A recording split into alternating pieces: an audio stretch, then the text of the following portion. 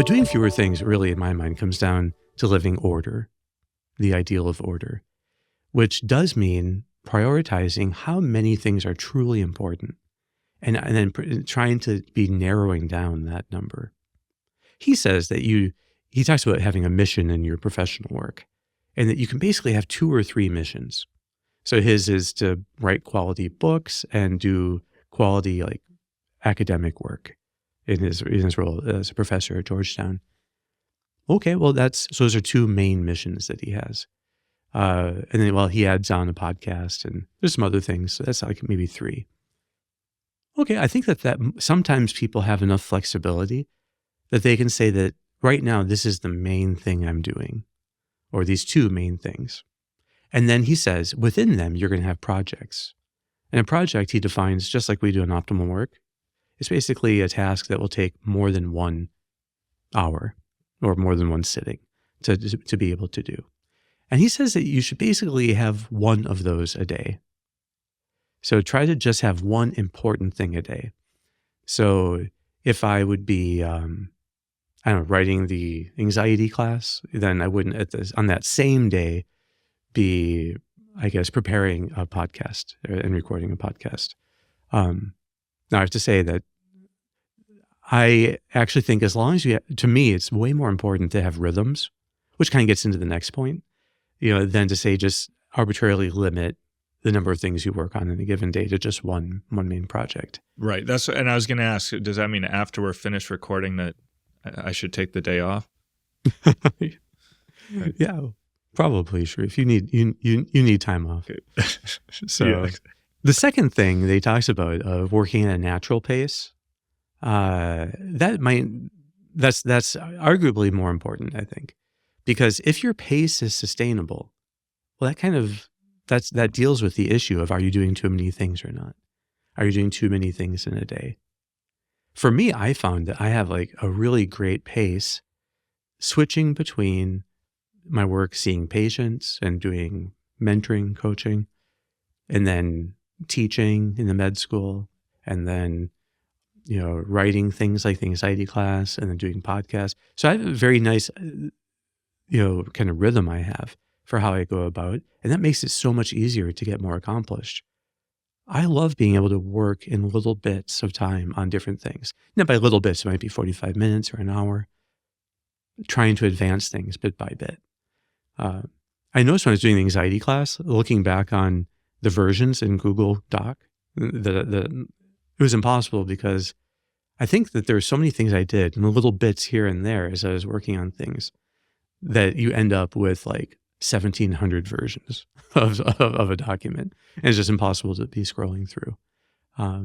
Anyway, my point is that I think that if you have a really sustainable rhythm, a kind of pace that is intense, but with breaks. He talks about breaks at the big level, like maybe take a month or 2 off a year if your work life allows for that. He's a college professor, so his does. And he also talks about the importance of taking a day off a week. So in a number of his books, he's mentioned the importance of having a total day off a week, at least one. He doesn't talk so much about working in sprints and breaks. But I think that for a natural pace of work, that's actually the essential thing. To work as full intensity as you can, and then to take a total break for 10 to 15 minutes. And there's a neuroscience behind this, ultradian rhythms, that we can work for about 90 minutes on something. And that's as long as an ultradian rhythm goes. Maybe in some cases it can go a bit longer, but that's the average. And then you need a total break. Otherwise, the capacity to do intellectual work drops. After 10 or 15 minutes, you come back and you can do another up to 90 minutes. Shorter is okay, but longer is worse. And then take a break. I think that sense of working in sprints and breaks, you can use breaks to switch between locations so that there's a natural buffering between different types of activities. I think that all fits together with his idea of pacing. Yeah. Yeah. And one thing that I don't think we talk about much, he talks about the seasonality, I forget, does he use the example of farmers or like, you have a season where you're sowing seeds and then Yeah, I think it's Georgia O'Keeffe was his example for that. oh, okay. I mean, yeah. So you're sowing the seeds and then you're harvesting, and then it's winter, and you can't really do any work, on the farm during that time. So he thinks it's kind of like built into our nature or our psychology that we would have these seasons of high productivity and then high output, and then basically rest and waiting to kind of get back to work. So. And then he gives the example, I think, of Basecamp, which is a software company, possibly a competitor to OptimumWork, but that's okay. And they would work their software engineers would work in 6 to 8 week intense sprints, and then take 2 weeks to then kind of plan the next. So it's kind of a similar idea, to 2 weeks then to plan and reflect and work on smaller projects.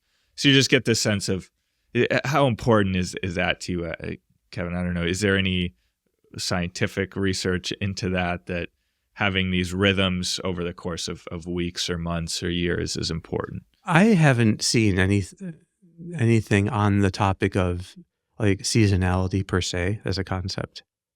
So, but that people like be able to have longer breaks. Again, this might not be something that's easy to research because breaks are so variable. Like, what are you doing in a break? It's also unique to each person. Absolutely, though, I believe that you do need time off. So there are people that I work with who haven't had vacations in years. It might have been 5 years since their last vacation. And to me, that it would be totally unsustainable. So, you and I are both able to take off time in the summer. So we go for time we're not doing podcast recording, and there's a little bit, I think we still keep up with some things. You make sure that the website's running and all. But at the same time, it is less intense. So I think that it's actually crucial that people have, if not seasons, then at least there's regular breaks.